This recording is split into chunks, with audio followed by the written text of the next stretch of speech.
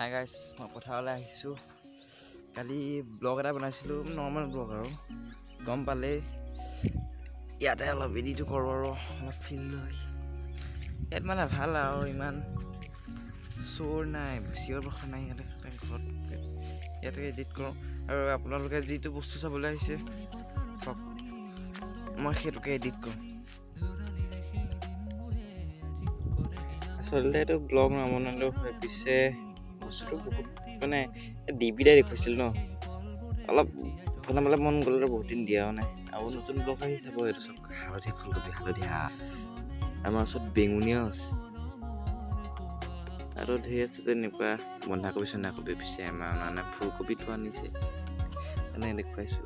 দাম চাম নাজানো দেই, পাপাই কিমানত আনিছে তাকে মই দেখি অবাক দেই। সেইটো চব গুলপীয়া গুলপীয়া গুলপীয়া গুলপীয়া, তাতে বেঙুনীয়া গুলপীয়া আহিছে। ফকাচ হ'ল সেইটো চব। কি কয়, ফাৰ্মাৰ কৃষকক সন্মান কৰক, কাৰণ আপুনি কৃষক নোহোৱাকৈ কাহানিও থাকিব নোৱাৰে দেই।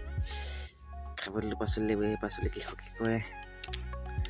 গুলপীয়া হালধীয়া ফুলকবি, ভাল দিন লাহে লাহে আহিছে। ভাল দিনৰ লগতে ফুলকবিও আহিছে, নতুন মানে পাচলি ধেৰ।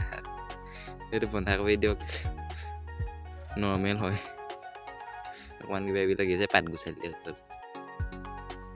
আপুনি পিঁয়াজ আলু খোৱাত সব নৰ্মেল দেই, এই দুটাহে খালি দেই।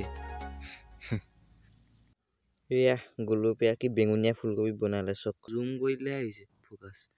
এয়া অলপ ক'লা ক'লা নিচিনা বেঙুনীয়া হেৰিটো আছে ৰংটো দে।